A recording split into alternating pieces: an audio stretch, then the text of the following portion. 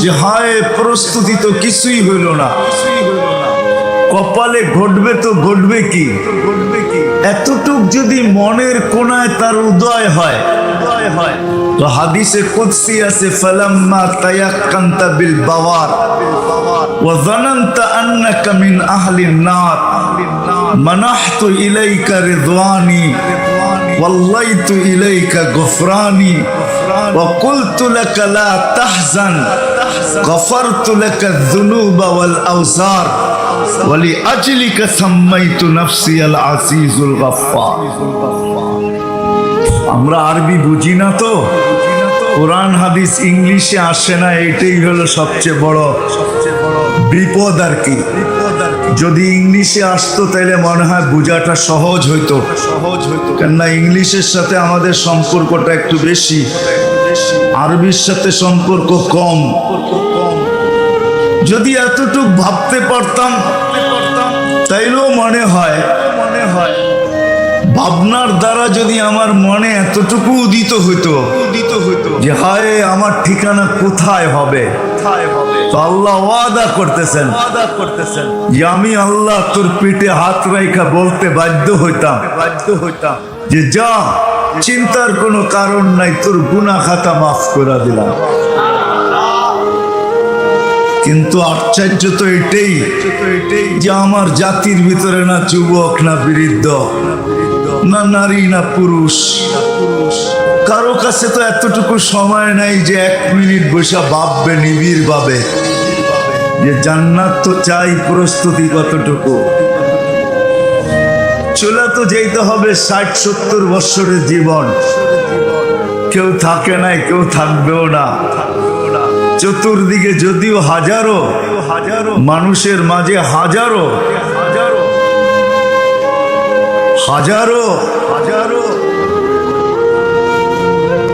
নিদর্শন রয়ে গেছে বা ঐতিহ্য বলতে পারি, হাজারো ঐতিহ্য আমাদের মাঝে রাখা আছে, যারা ছিল এখন নাই। আলী রাদিয়াল্লাহু তাআলা আনহুর কথাই সত্য, সিরু ফি দিয়ারিহিম আনজুরু ফি আসারিহিম। যাও যাও পুরান ঐতিহ্যগুলা দেখো। এই রাস্তা দিয়ে হাঁটতে থাকলে নাক বরাবর সোনার গায়ে নাকে বাড়ি খাবে, আর ওইখানে লেখা আছে ঈশাখার রাজধানী, ঐতিহ্য আছে, ঈশাখা নাই। আমাদের কত চলে যেতে হবে, ঠিক না? চাই হাটে থাকি বা ঘাটে থাকি, রোডে থাকি আর বাজারে থাকি, অফিসে থাকি আর আদালতে থাকি, খেতে থাকি আর খামারে থাকি, মেইলে থাকি আর ফ্যাক্টরিতে থাকি, ঘরে থাকি আর বাড়িতে থাকি, আমাদেরও চলে যেতে হবে। বিদায় প্রস্তুতি কতটুকু, এটা নিজেকে নিজে প্রশ্ন করা উচিত। যা হোক ওইখান থেকে বাহির হয়ে গেছি যে ওই স্টেজের উপযোগী হইতে হবে, তাইলে ওই স্টেজে বসা যাবে। আর কালাম যার তার মুখ থেকেই, তার কুদরতি আওয়াজ থেকেই শোনা যাবে। আল্লাহর রাসূল শোনাবে যার উপরে কালাম নাজিল হয়েছে। কিন্তু নিজেকে উপযোগী বানাইতে হবে, আর উপযোগী যদি বানাইতে হয় তাহলে প্রথমে তো একটা দাবি পূরণ করতে হবে। ওই দাবি যদি পূরণ না করলাম তাহলে কোনোদিন ওই স্টেজে বসার যোগ্য হব না। বরং কোরআনের একটা আয়াত সত্যায়িত হইতে পারে আমার উপরে, সেই আয়াতটা হলো উকুদুহান নাস ওয়াল হিজারা, আমি জাহান্নামের ইন্ধনও হইতে পারি। কিন্তু আল্লাহ যাকে মুসলমানের ঘরে জন্ম দিয়েছেন, জন্মসূত্রে কিন্তু আল্লাহ চান না আমরা কেউ জাহান্নামের ইন্ধন হই। বিদায় আল্লাহ দাবি বেশি রাখেন না, একটা পুরা করতে হবে। যদি একটা দাবি পুরা করতে পারি তাইলে ওই স্টেজে বা ওই সবাই ওই স্টেজের নিচে বসার সুযোগ পাবো। আর ওই দিন কোরআন স্বয়ং আল্লাহর রাসূল থেকে শোনা যাবে যার উপরে কোরআন নাজিল হয়েছেন আর যার কালাম তার থেকে শোনা যাবে, ওই দাবিটা হলো যে আল্লাহকে মানতে হবে, বাস তাকে শুধু আল্লাহকে মানতে হবে। আতিউল্লাহ, আল্লাহকে মানো। দাবি বড় লম্বা না, শর্ট। কিন্তু আল্লাহ আরেকটা কথা আমাদেরকে বুঝাইতে চেয়েছেন, দুনিয়ার মানুষ কিন্তু আরেকজন থেকে, আমরা যার কাছ থেকে যা চাই আমাদের ইচ্ছা মতো চাই, পছন্দ মতো চাই, ঠিক না? সন্তানও কিন্তু বাপের কাছে নিজের ইচ্ছা মতো পছন্দ মতো চায়, ঠিক না? কি বলেন? হ্যাঁ, বাপ জন্মদাতা হইতে পারে কিন্তু সৃষ্টিকর্তা তো না। সৃষ্টি কে করছেন? আর আমার কথা বোঝেন, সৃষ্টি আল্লাহ করছেন। জন্মদাতা বাপ মাইনা নিলাম, কিন্তু সন্তানও বাপের কাছে চায় পছন্দ মতো, ইচ্ছা মতো। ধ্যান দিয়া শুনলে বুঝে আসবে, প্রত্যেক মালিক ও কর্মচারীর কাছ থেকে চায় মন মতো এবং ইচ্ছা মতো। এটাই নিয়ম, মন মতো চাবে, ইচ্ছা মতো চাবে। কিন্তু আল্লাহ আল্লাহর ইচ্ছা মতো আমাদের কাছে চান না, আল্লাহর মন মতো চান না। আল্লাহ মানা চান কিন্তু মন মতো চান না। যদি চাইতেন তাহলে কোরআনে এই কথা কোনোদিন আসতো না, লা ইউকাল্লিফুল্লাহু নাফসান ইল্লা উসাহা। আল্লাহ বুঝাইতে চাইতেছে, বন্দা আমার ইচ্ছা মতো না, তোমার সাধ্য মতো তুমি আমাকে মানো। মনে হয় বুঝাইতে পারি না। আল্লাহর ইচ্ছা মতো না, আল্লাহর ইচ্ছা মতো যদি চাইতেন তাহলে আল্লাহ আমাদেরকে স্বাধীনতা দিতেন না, আমাদেরকে বাধ্য করতেন, আমাদের ইচ্ছা থাকতো না। যেমন সূর্যের ইচ্ছা নাই, কোন সৃষ্টির ইচ্ছা নাই, সব সৃষ্টি কিন্তু বাধ্য। সূর্য উঠতে বাধ্য, ডুবতে বাধ্য, যদিও দুনিয়ার থেকে 13 লক্ষ গুণ বড়। দুনিয়াটা ভাগতে বাধ্য, আমাদের দুনিয়া কিন্তু ভাগতেছে। গাড়ি ভাগে না, আমাদের দুনিয়াটাও কিন্তু ঘন্টায় 66,000 কিলোমিটার বেগে ভাগতেছে। ভাগা বোঝেন? ছুটতেছে। আপনাদের বিজ্ঞানকে জিজ্ঞেস করেন, পার ঘন্টায় 66,000 কিলোমিটার বেগে এটা ভাগতেছে। কিলোমিটার না, মাইল বেগে ভাগতেছে, মাইল। পার ঘন্টায় 1000 মাইল বেগে আমাদের এই দুনিয়াটা ঘুরতেছে, যার কারণে আমাদের দুনিয়াটা 24,000 মাইল। পার ঘন্টায় 1000 মাইল অতিক্রম করে বিদায় আমাদের ঘড়ির কাঁটায় দিন রাত্র 24 ঘন্টা। এটা বিজ্ঞান।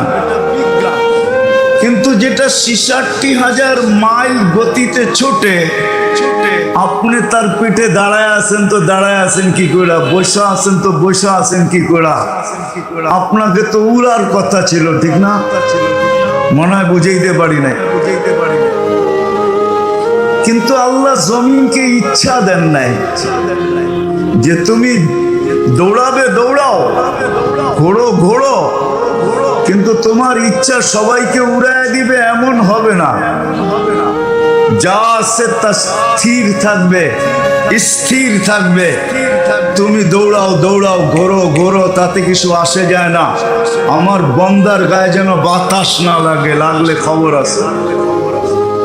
এটা হলো ইচ্ছা। আল্লাহ ইচ্ছাকে ছিনায় নিয়ে আনিছেন, কিন্তু আমাদেরকে আল্লাহ ইচ্ছা দিছেন। এজন্য আল্লাহ বলছে আমার সাধ্য অনুযায়ী চাই, চাই না তোমাদের সাধ্য অনুযায়ী আমাকে মানো। কিন্তু এখানে একটা প্রশ্ন আছে যে আল্লাহ ঠিক আছে আমার সাধ্য অনুযায়ী তোমাকে মানবো, কিন্তু তোমাকে তো চোখেই দেখা যায় না, লা তারাকাল উয়ুন ওয়ালা তুখালিতুহুদ দুনুন, তোমাকে ধ্যান ধারণায় আনা যায় না। ওয়ালা ইয়াসিফুকাল ওয়াসিফুন, তোমাকে বর্ণনা দিয়ে শেষ করা যায় না। সামান্য দুনিয়ায় মানুষ পদস্থ হলে তাকেই ধরা ছোঁয়ার বাহিরে চলে যায়, আর তুমি তো তুমি। ইচ্ছা মতো যদি মানি তাহলে মানবো তো মানবো কি করে? তোমাকে তো দেখি না, আর তোমার তো বর্ণনা দিয়ে শেষ করা যায় না। তুমি তো একটা পদের মালিক না। তুমি যদি আল্লাহ হইতে তাহলে মাইনা নিতাম, কিন্তু তুমি তো শুধু আল্লাহ না, তুমি তো রহমানও, তুমি তো রহিমও, তুমি তো মালিকও, তুমি তো কুদ্দুসও, তুমি তো সালামুল মুমিনুল মুহাইমিনুল আসিসুল জব্বারুল মুতাকাব্বিরুল খালিকুল বারিউল মুসাవ్বিরুল গফফারুল কহ্হারুল ওয়াহ্হাবুর রাসাকুল ফাত্তাহুল আলিমুল কাবিদুল বাসিতুল খাফিদুর রাফিউল মুইসুল মুদিল্লুস সামিউম বাসিরুল হাকামুল আদলুল লতীফুল খবীরুল হালিমুল আযীমুল গফুরুশ শাকুরুল আলিয়ুল কবীরুল হাফিজুল মুকিতুল হাসিবুল জলিলুল করিমুর রকিবুল মুজিবুল ওয়াসি আল হাকিমুল ওয়াদুদুল মজিদুল বাঈসুশ শহীদুল হকুল ওয়াকিলুল কবিয়ুল মতিনুল ওয়ালিদুল হামিদুল মুসি আল মুবদি আল মুঈদ আল মুহয়ি আল মুমিত আল হাইয়্যু আল কাইয়্যুম আল ওয়াজিদ আল মাজিদ আল ওয়াহিদ আল আহাদ আল সামাদ আল কাদির আল মুক্তাদির আল মুকদ্দম আল মুআখ্খার আল আউয়াল ওয়াল আখির আল যাহির ওয়াল বাতিন আল ওয়ালি আল মুতাওয়ালি আল বাররু التواب المنتقم العفو الرؤوف مالك الملك ذا الجلال والإكرام المقسط والجامع والغني والمغني المانع الضار النافع النور الهادي البديع والباقي الوارث الرشيد الصبور جل جلاله। আপনি তো 99টা পদের মালিক। আপনাকে মানবো তো মানবো কি করে? চাই আমার সাধ্য অনুযায়ী হোক, সাধ্যের বাহিরে না হোক, কিন্তু মানবো তো মানবো কি করে? তা আল্লাহ আমাদের জন্য সহজ করতেছেন, কেন আল্লাহর সাথে আমাদের সাথে একটা ভালোবাসা আছে। যদিও আমরা ভালোবাসা শব্দটা ব্যবহার খুব বেশি করি, কিন্তু আল্লাহর সাথে বন্দার যে ভালোবাসা, এই ভালোবাসা কারো সাথে কারো নাই। এই জন্য বুঝানোর জন্য আল্লাহ বলছেন যে সারা দুনিয়ার মমতা যদি এক জায়গায় করো মাদের, তারপর আমি বন্দাকে প্রত্যেক মায়ের চেয়ে 70 গুণ বেশি ভালোবাসি। বড় ভালোবাসা আমাদের সাথে। যার কয়টা আলোচ্য বিষয় ভিন্ন হয়ে যাবে, আমি যেদিক নিয়ে যেতে চাইতেছি, আল্লাহ আমাদের জন্য সহজ করছেন। মনে হয় আল্লাহ আমাদের প্রশ্নকে মাইনা নিছেন, নাইলে আল্লাহ কোরআনে এই কথা বলতেন না যে ঠিক আছে আমাকে মানা, দাবি যদিও আমাকে মানা, কিন্তু তুমি প্রশ্ন তুলে দিছ মানবো তো মানবো কি করে, যদিও তোমার সাধ্য মতে। আল্লাহ বলছে আতিউর রাসূল, তাইলে আমার রসুলের গোলাম হয়ে যাও। এটা তো হবে, এটা তো সহজ। আর রসুল আমাদের ভিতর থেকেই, ওয়াল্লাযী বাআসা ফিল উম্মিয়িনা রাসূলাম মিনহুম, রসুল আমাদের ভিতর থেকে, মানুষের ভিতর থেকেই নির্বাচিত। যদিও সৃষ্টির সর্দার, কেন আল্লাহর রসুলের ব্যাপারে আদম আলাইহিস সালাম জিজ্ঞাসা করছিলেন, মান হুয়া কাতাবতু ইসমাহু মা ইসমিক। দুনিয়াতে যতজনই নবুয়তি দাবি করুক, কিন্তু কিছু জিনিস আছে নিজের নামে কোনোদিন ফিট করতে পারবে না। মনে হয় আমার কথা বোঝেন নাই। দাবি তো করতে পারবে, কিন্তু কিছু বিষয় আছে, ওকেও যদি জিজ্ঞাসা করি এইগুলা কি তুমি পারবে বা এইগুলা কি তোমার পক্ষে আছে, তো সেও বলবে না এইগুলা আমি বলতে পারবো না, কিন্তু এতটুকু বলতে পারবো আমি নবী। শুধু সে এতটুকুই বলতে পারবে, কিন্তু কিছু বিষয় আছে সে নিজের পক্ষে নিতে পারবে না।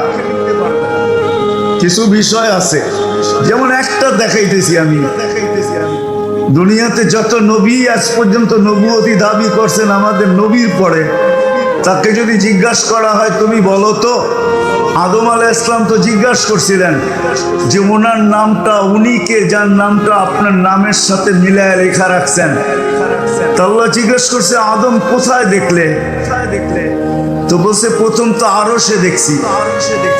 কাহিনী বড় লম্বা, পিছের থেকে বাদ দিয়া যাইতেছি আমি।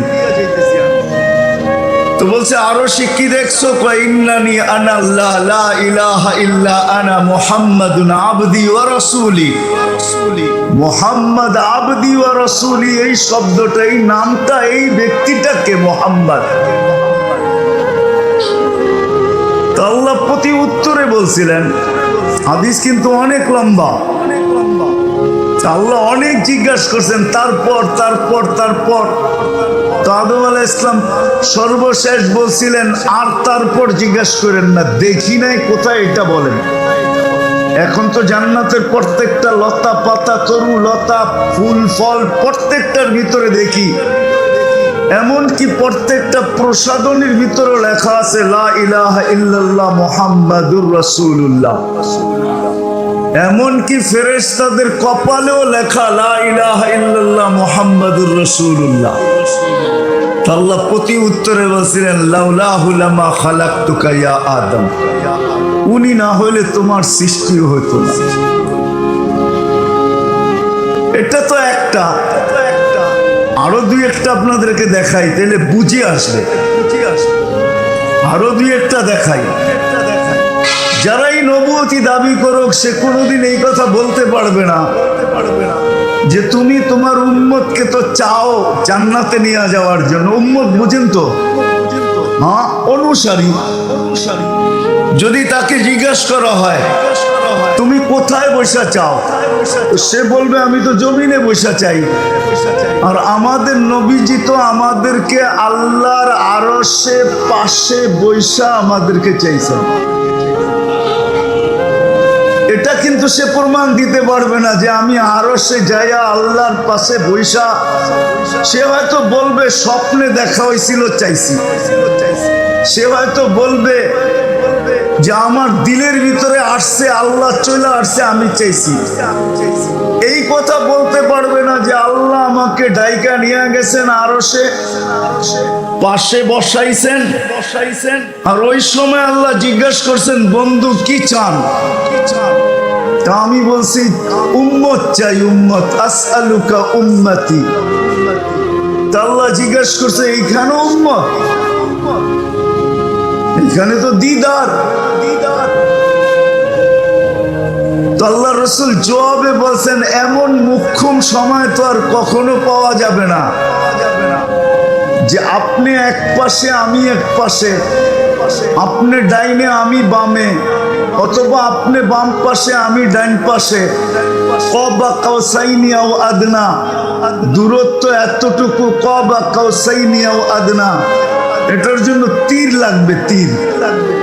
কামান যখন ভিতরে বসে তীরকে টান দেয় তো দুনো মাথা এসা লেগা যায়। বন্ধু দুইজন পাশাপাশি লেগে গেছিলেন, মনে হয় এতটুকু ফাঁকও ছিল না। তো আল্লাহ রসুল লজিক দিতেছিলেন যে এমন মুখ্যম সময় তো আর পাবো না। তো এইখানে ফ্যামিলি চায় লাভটা কি? উম্মত চাবো, এটাই ভাবতেছি, এই জন্য উম্মত চাইতেছি। শুধু এইটাই আমার লজিক না, আরো একটা লজিক আছে। আনতা রব্বুল কারীম আনা নবিয়্যুর রহিম। কোন নবী কিন্তু বলতে পারবে না, যত নবী আজ পর্যন্ত দাবি করতেছে এই কথা বলতে পারবে না। হ্যাঁ বলতে পারবে আমার নামও এইটা, আমার নামও, মনে হয় বুঝাইতে পারতেছি না, আমার নামও এটা, আমার নামও আহমদ, এটা বলতে পারবে। কিন্তু এটা বলতে নবী হাজারও আসতে পারে, কিয়ামত পর্যন্ত আসবে। আল্লাহ রাসূল বলছেন ইয়াতুনা দাজ্জালুনা কাযাবুন কুল্লুহুম ইয়াদঈ আন্নাহু নাবিয়্যুন। কিন্তু কেউ এই দাবি করতে পারবে না যে কোরআন আমার উপরে আসছে। কি এই দাবি করতে পারবে? কি বলেন? হ্যাঁ, এটা পসিবল না। দাবি করা সহজ, কিন্তু কোরআন আমার উপরে আসছে।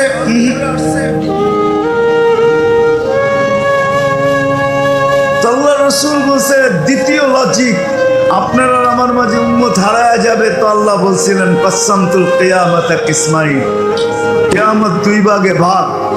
আনতা তাকুল উম্মতি আনা আকুল রহমতি সালতু তাশাফি তুশাফা। ওই দিন আপনি চাবেন আমি মঞ্জুর করব, আপনি চাবেন আমি দিতে থাকব, আপনি সুপারিশ করবেন আমি মঞ্জুর করতে থাকব। বিদায় দাবি ছিল আল্লাহকে মানা, আল্লাহকে মানা। কিন্তু প্রশ্ন তুইলা দিলাম বিদায় আল্লাহ সহজ করতেছেন যে আমাকে মানতে পারতেছো না, তাহলে চলো আমার নবীকে মানো যে তোমাদের ভিতর থেকে। আতিউর রাসূল। আল্লাহকে যদি প্রশ্ন করি যে আচ্ছা ওনাকে মানলে আপনাকে মানা হবে, এটার প্রমাণ কি? তো আল্লাহ কোরআনে দলিল দিতেছেন মান আতা আর রাসূল ফাকাদ আতা আল্লাহ। আমার রসুলকে যে মানবে আমাকে মানা হয়ে যাবে। এখন যদি এইখানে লোকগুলো আমাকে প্রশ্ন করে, ওলামাও আছে তোলাবাও আছে, যে রসুল বলতে আপনি কাকে বুঝান? রসুল তো একটা ব্যাপক শব্দ, এটা তো 313 জনের উপরে ফিট হয়। কয়জন? রসুল কিন্তু 313 জন, ঠিক না? তাহলে চলেন আপনাদেরকে একটু নিয়ে যাই। খতমে নবুয়তের সেমিনার শুধু আমরা করতেছি এরকম না, খতমে নবুয়তের সেমিনার কিন্তু আল্লাহও করছেন। কে কে কে করছেন? আল্লাহ খতমে নবুয়তের সেমিনার করছেন। ওইখানে কেউ ছিল না, শুধু নবী রসুলরা ছিল, বক্তা আল্লাহ ছিলেন। আলোচ্য বিষয় খতমে নবুয়ত এবং আমাদের নবীজির শান ছিল, শান। তো কোরআন বলতেছে আল্লাহ নবী রসুলদেরকে বলছিলেন লাম্মা আতাইতুকুমুল কিতাব ওয়াল হিকমা, আমি তোমাদেরকে যখন নবুয়ত এবং রিসালাত দিব, সুম্মা ইয়াতিকুম রাসূল, তো আমার রসুল আসবে, তোমরা এর উপরে ঈমান আনবে এবং আমাকে সাহায্য করবে। এখন যদি আমিও আল্লাহকে প্রশ্ন করি, আল্লাহ রসুল তো ব্যাপক শব্দ, এটা তো 313 জনকে বুঝায়, এই রসুল কোন রসুল? তো আল্লাহ বলে শব্দ ব্যাপক কিন্তু ব্যবহার একক। মনে হয় বোঝেন না, শব্দ ব্যবহার একক ব্যবহার। এই জন্য 313 জন রসুলের ভিতরে 312 জন রসুলের কলেমার ভিতরে কত শব্দে রসুল পাওয়া যায় না, শব্দে রসুল নেই। মুসা আলাইহিস সালাম কিন্তু রসুল, কলেমা কিন্তু লা ইলাহা ইল্লাল্লাহ মুসা কালিমুল্লাহ। ঈসা আলাইহিস সালাম রসুল, কলেমা লা ইলাহা ইল্লাল্লাহ ঈসা রূহুল্লাহ। ইব্রাহিম আলাইহিস সালাম রসুল, কলেমা লা ইলাহা ইল্লাল্লাহ ইব্রাহিম খলিলুল্লাহ। আদম আলাইহিস সালাম রসুল, কিন্তু কলেমা লা ইলাহা ইল্লাল্লাহ আদম সফিউল্লাহ। ইসমাইল আলাইহিস সালাম রসুল, লা ইলাহা ইল্লাল্লাহ ইসমাইল জবিহুল্লাহ। কারো একক, শব্দটা অর্থ ব্যাপক কিন্তু ব্যবহার একক। আল্লাহ কারো জন্য ব্যবহার করেন নাই, এটাকে উঠায় রেখা দিচ্ছেন। যেদিন উনার বন্ধু আসছে, তো শব্দটাকে আল্লাহ শোকেজের থেকে বাহির করে এখন ব্যবহারে ব্যবহার করতেছেন, একক ব্যবহার।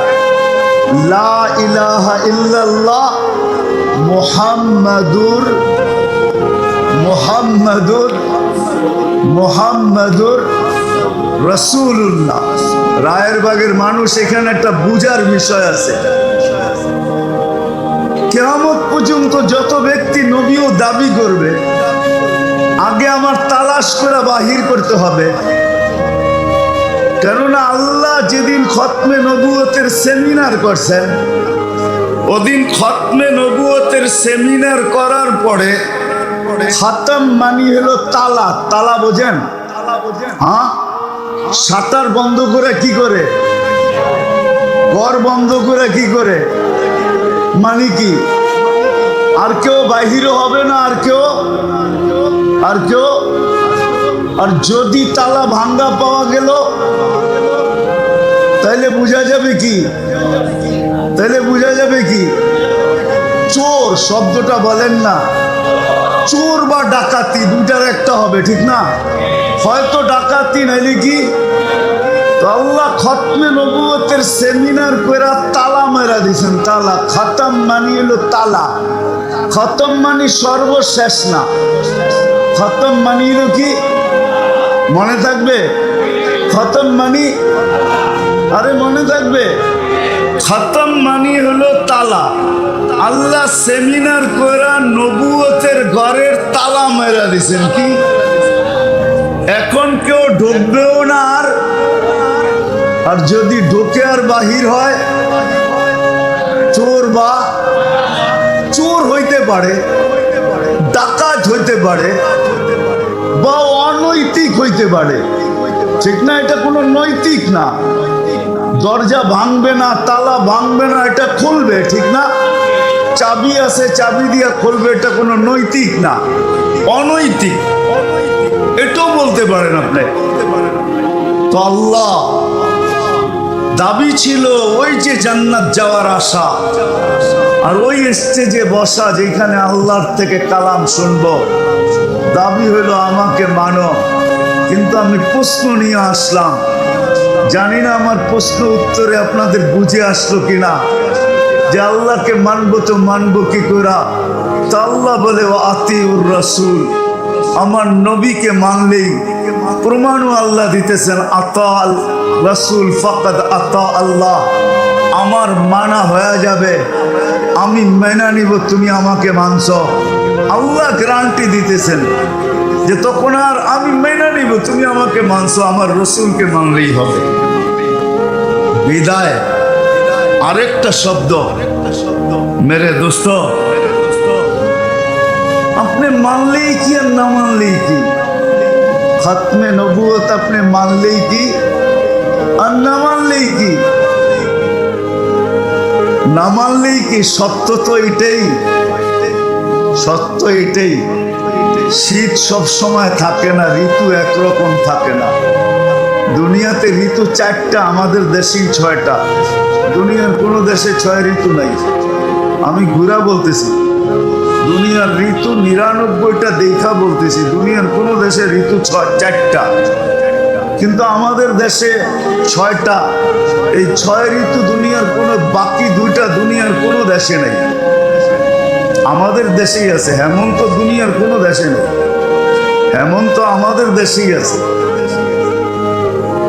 তো যেটা বলতেছিলাম, বুঝাইতেছিলাম, আপনি না মানলে কি হবে? কিয়ামত তো একদিন আসবেই, ঠিক না? তো আল্লাহ ঘোষণা দিছেন ওই দিন, বন্ধু আনা মালিক ইয়াউমিদ্দিন আনতা সাহিবা ইয়াউমিদ্দিন। আমি কিয়ামতের মালিক বটে, কিন্তু বাদশা আপনি। বাদশা আপনাকে ধরা দিতে হবে কার কাছে? বাদশার কাছে ধরা দিতে হবে না? হবে না। কেন আল্লাহ রসুল বলছে লেওয়াউল হামদি বিয়াদি, কিয়ামতের দিন আল্লাহর ঝান্ডা আমার হাতে থাকবে। আর সারা দুনিয়া এটা একমত যে কিয়ামতের দিন আল্লাহকে হিসাব কিতাবের জন্য রাজি যদি করাইতে হয়, তাহলে মুহাম্মদুর রাসূলুল্লাহই করাবে, আর কেউ করাইতে পারবে না। না 1 নম্বর না 2 নম্বর, 1 নম্বর নবী রাসূলও পারবে না।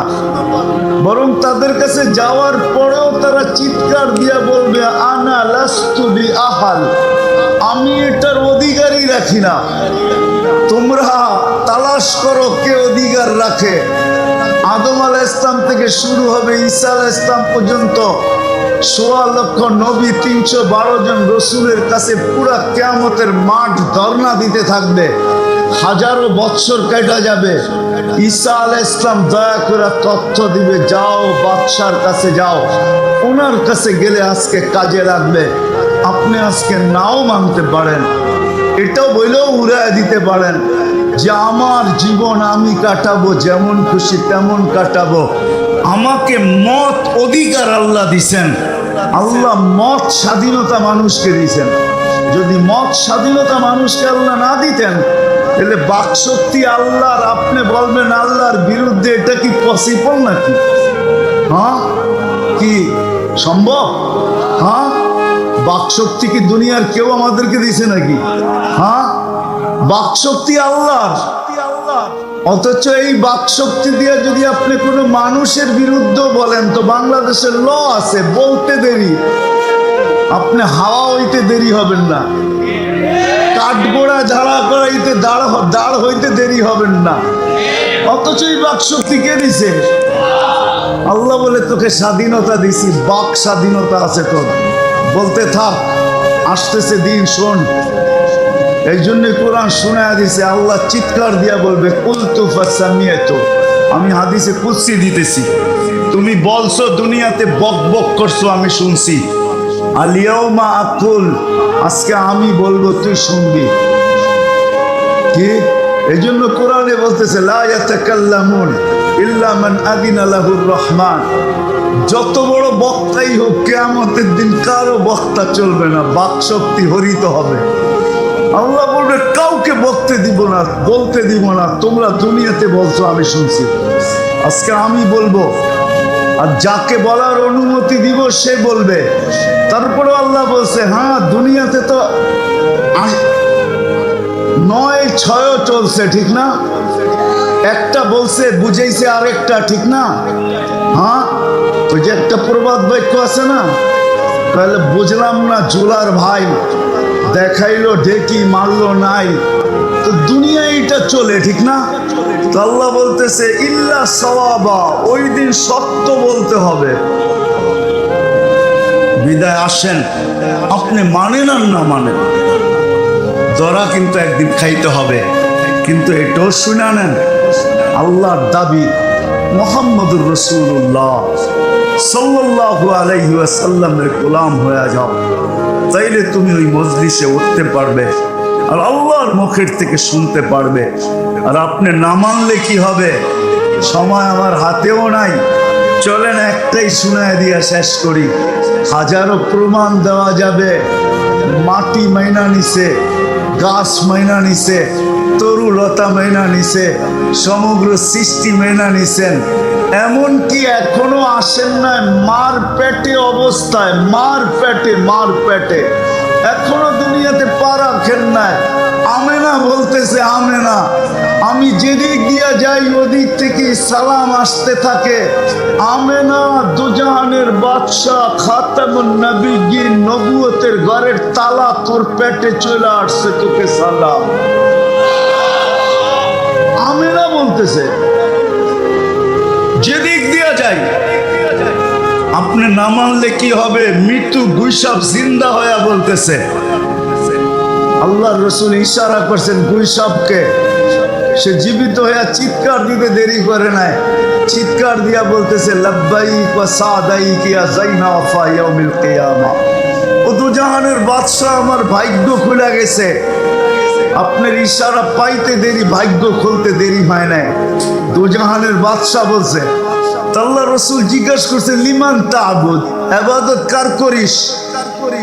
ফিল আরশ সামাই আরশুহু, আকাশে যার আরশ, ওয়াফিল আরদি সুলতানুহু, জমিনে যার রাজত্ব, ওয়াফিল বাহরি সাবিলুহু, সমুদ্রের ভিতরে যার রাস্তা, ওয়াফিল জান্নাতি রাহমাতুহু, জান্নাতের ভিতরে যার রহমত, ওয়াফিন নারি ইকাবুহু, জাহান্নামের ভিতরে যার শাস্তি। তো আল্লাহ রাসূল হাসতেছে আর বলতেছে কুল মান আনা, বল আমি কে? তো গুইসাব চিৎকার দিয়া বলতেছে আনতা রাসূল রাব্বিল আলামিন খাতামান নবিয়্যিন। গুইসাব বলতেছে আপনি মানেন আর না মানেন তাতে কি আসে যায়?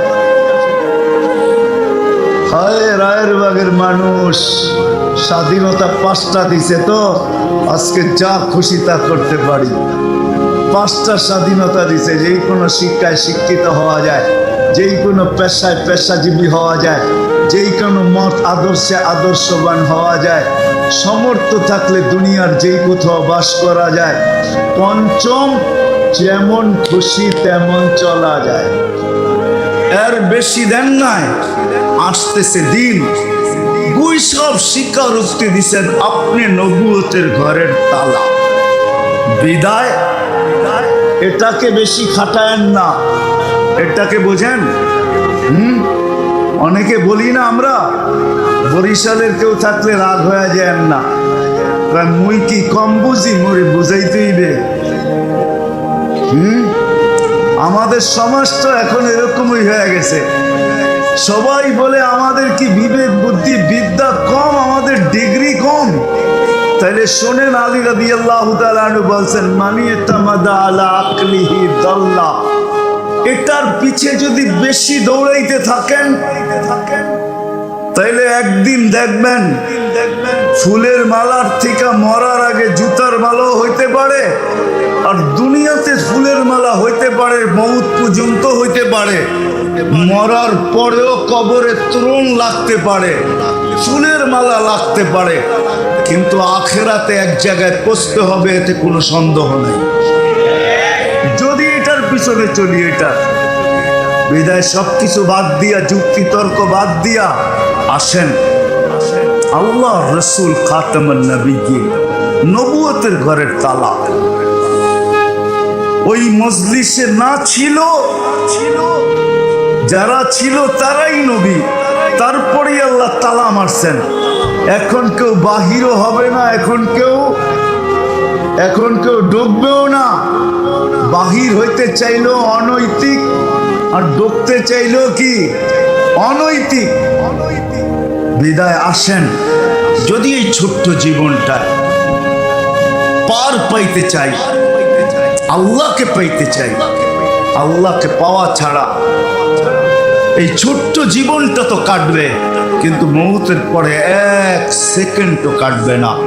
আল্লাহকে যে পাবে তারটাই কাটবে, আর যার আল্লাহ পাবে না বলে দুজকে কি সময় কাটবে না, ওটাকে কাটা বলে না। যদি কাটাইতে চাই সুখে শান্তিতে, ওই জান্নাতে, ওই পরিবেশে, তাহলে আল্লাহ রসুলকে রসুল মানতে হবে, ওনার গোলামি গ্রহণ করতে হবে, ওনার আদর্শে আদর্শবান হইতে হবে, ওনার কেরিয়ারে নিজের জীবনটাকে গড়তে হবে, ওনার লাইফ স্টাইলকে নিজের লাইফ স্টাইল বানাইতে হবে, ওনার আদর্শে নিজেকে আদর্শবান বানাইতে হবে। কিন্তু হ্যাঁ, এখানে একটা প্রশ্ন আছে যে আমি কি সবগুলা পারবো? তো আল্লাহ আমাদের জন্য ছাড় দিছেন, যদি তুমি 10 ভাগের 1 ভাগও পারো, তুমি যদি 100 ভাগের 10 ভাগও পারো, তো আল্লাহ রসুল থেকে উক্তি আছে, না যা তাইলেও তুমি পার হয়ে যাবে। বরং এক হাদিসে এতটুকু আছে, একটা আদর্শ যদি আমার জীবনে প্রতিফলিত হয় আর এটা যদি গ্রহণযোগ্যতা পায়, তাহলে একটার বিনিময়েও আল্লাহ মাফ করছেন এবং করবেন বলে ওয়াদা আছে।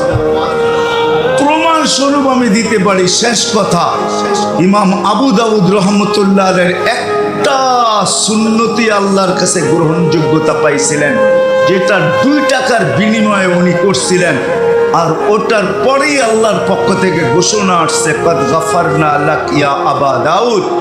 আবু দাউদ, এই এক সুন্নতের কারণে আমরা এতটুকু খুশি হইলাম যে তোমার গলায় আমরা মাগফিরাতের মালা পরায় দিলাম।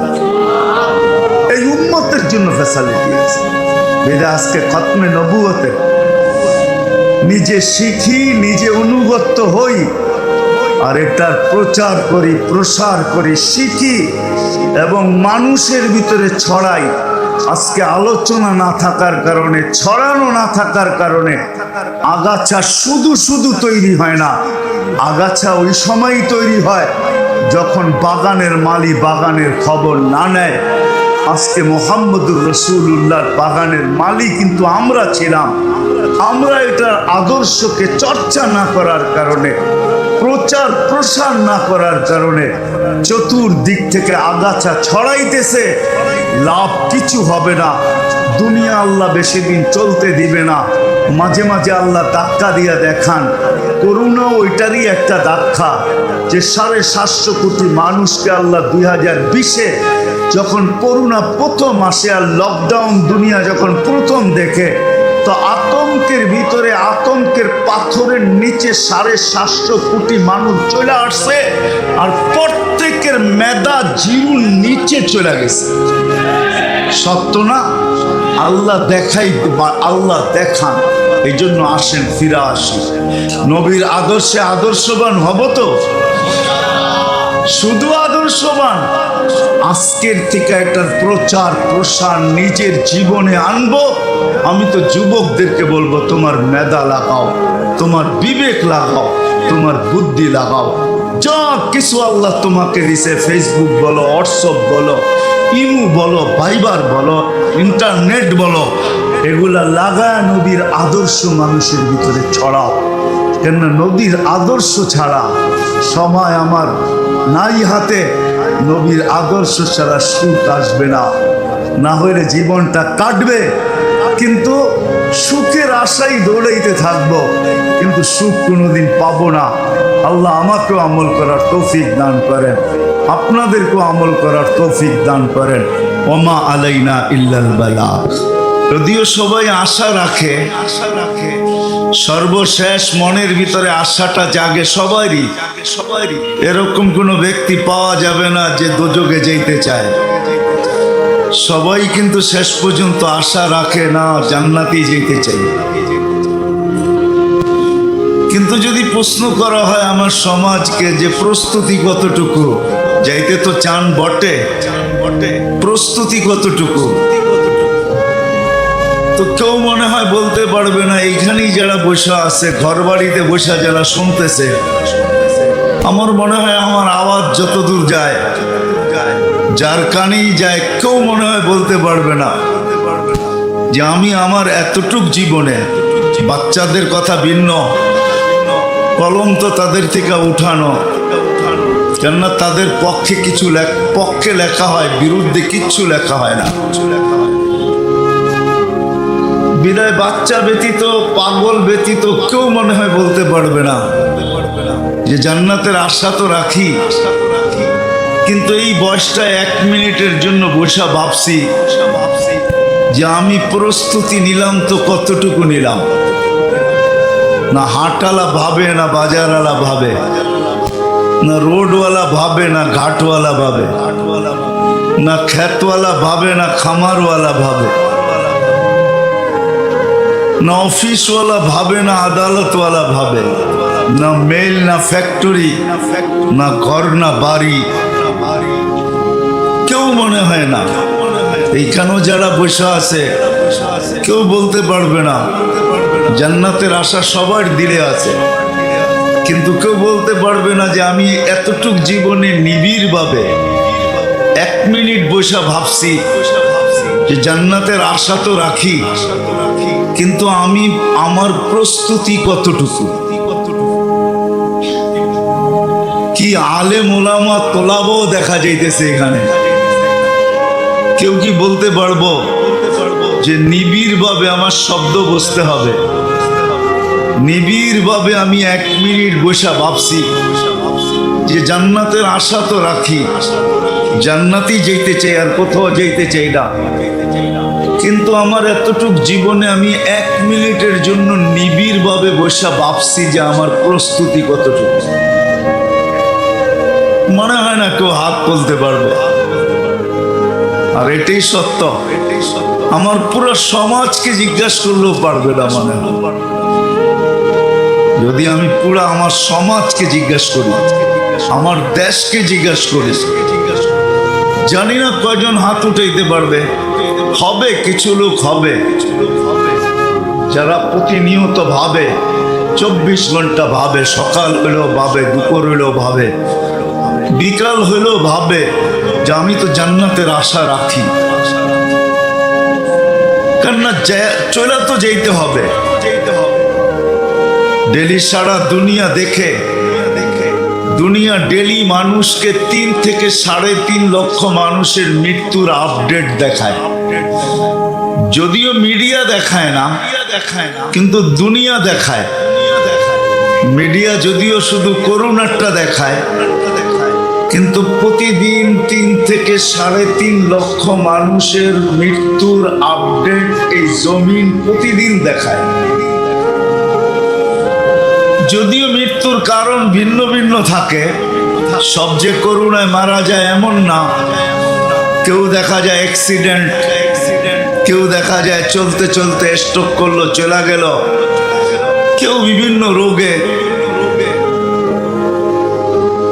তো হাজারো কারণে ডেলি 3 থেকে 3.5 লক্ষ, আমি কম বলতেছি মনে হয়, 4 থেকে 4.5 লক্ষ লোক ডেলি এই জমিন আপডেট দেয়, যাদেরকে জমিন তার পেটে নেয়।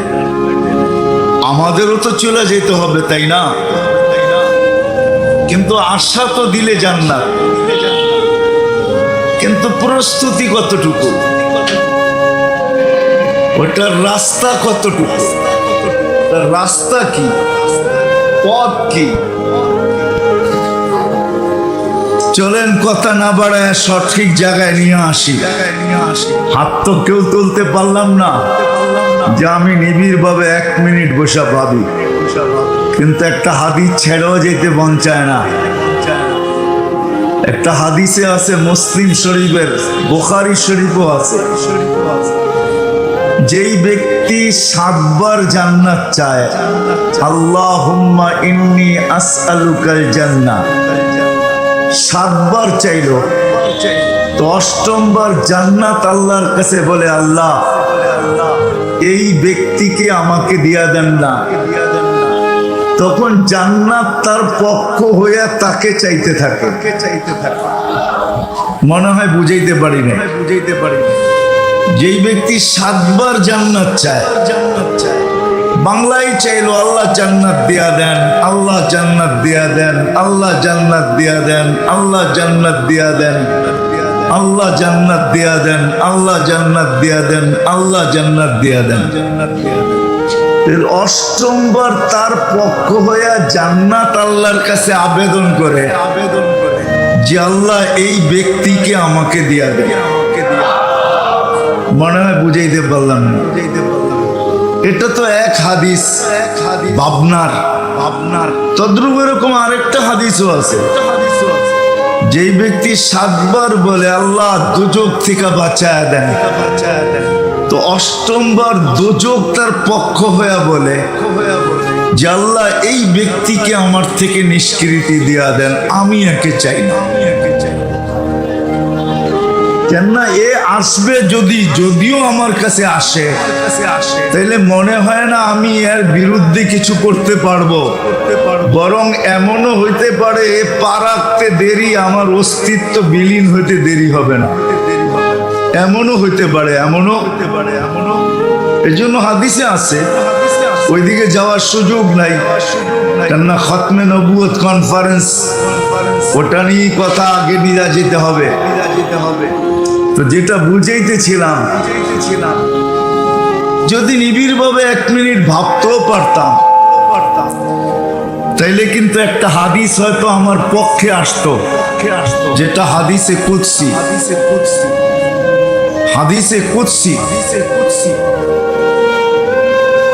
কেউ যদি ভাবতে ভাবতে যদি কোনো সিদ্ধান্তে পৌঁছে, তার দিলে যদি ব্যথা আসে, আচ্ছা 1 মিনিটের জন্য যদি আজকে অক্সিজেন চলে যায় 12টা 1 মিনিটের আগের থেকে নিয়া 12টা পর্যন্ত অক্সিজেন থাকবে না বাংলাদেশে, কি চলবে না? কেন চলবে না? এত প্রযুক্তি, এত উন্নত, চলবে না কেন? 1 মিনিট না থাকবে না, 12টা 1 মিনিটে অক্সিজেন ফিরা চলে আসবে, চলবে না? বুঝা কোন না বুঝা কোন?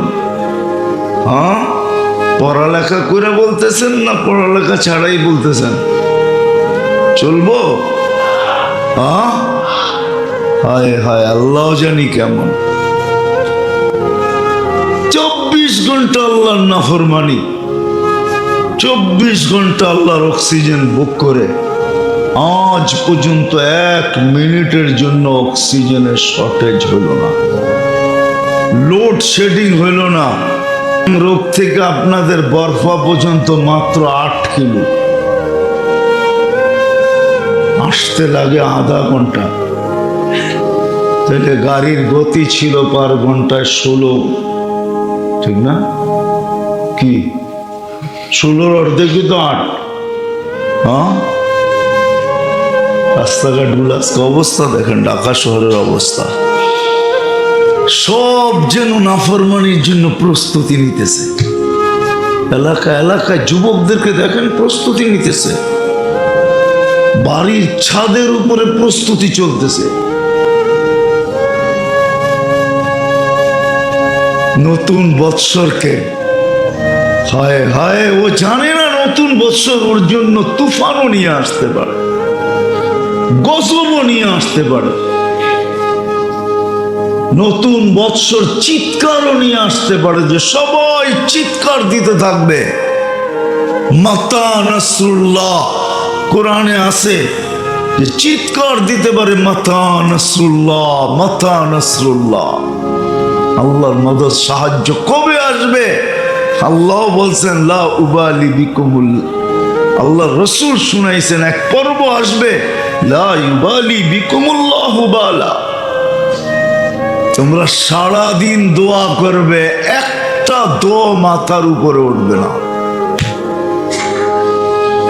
আজকে মুসলমান কি দোয়া না করে, কয়টা কবুল হয়? ইব্রাহিম ইবনে আদম রহমতুল্লাহকে জিজ্ঞাসা করছিল, ইব্রাহিম চোখের পানি তো কম ঝরাই না, দোয়া কেন কবুল হয় না? মা তাকুলু হুকুম, রু না থাকলে শরীরের আর কি থাকে? তোদের দিল মরে গেছে, দিল জিন্দা না, দিলের রু বাহির হয়ে গেছে, দোয়া মাথার উপর 1 ইঞ্চি ওঠে না, 1 ইঞ্চি ওঠে না। কি দোয়া না করে, কি দোয়া না করি আমরা? দুরবস্থার উপরে কবুল হয় না কেন? দিল মরে গেছে, নাফরমানির প্রস্তুতি চলতেছে, পায়ে হাত রাখি উঁচা। যুবক যদি থাইকা থাকো, বুঝো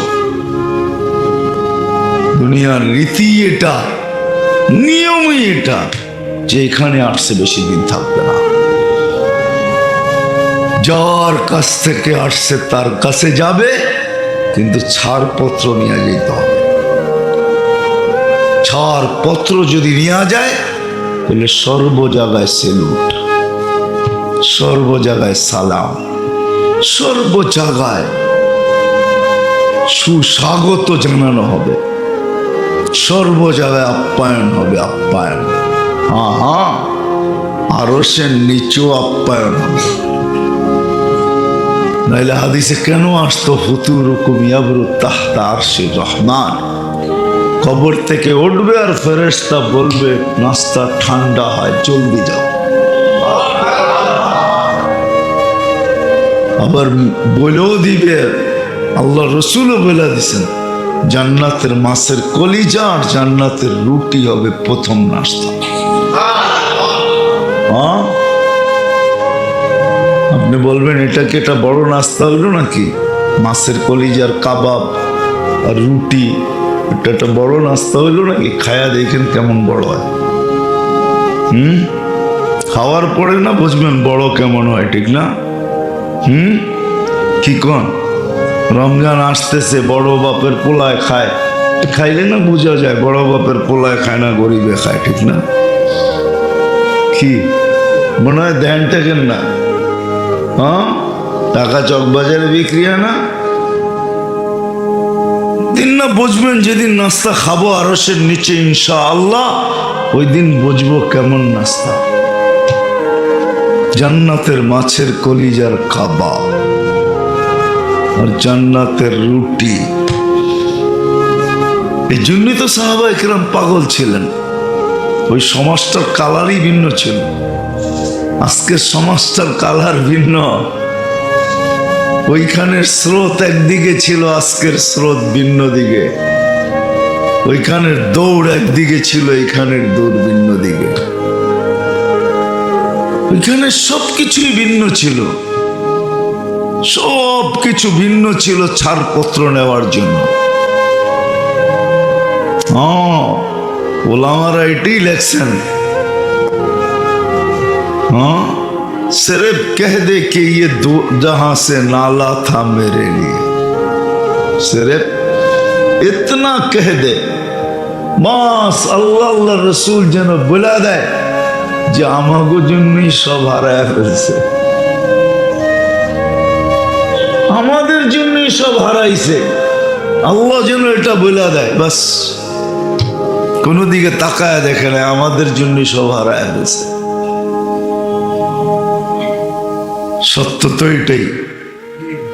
এই জন্য মেরে দোস্ত আসেন, আমি শেষ জায়গায় চলে আসছি, কথা আর বাড়াইতে চাইতেছি না। যে এখানে আসছে এটা এই জমিনের নিয়ম, যে কোনো মুহূর্তে এটাকে ছেড়ে যেতে হবে, কিন্তু ছাড়পত্র নিয়ে যেতে হবে।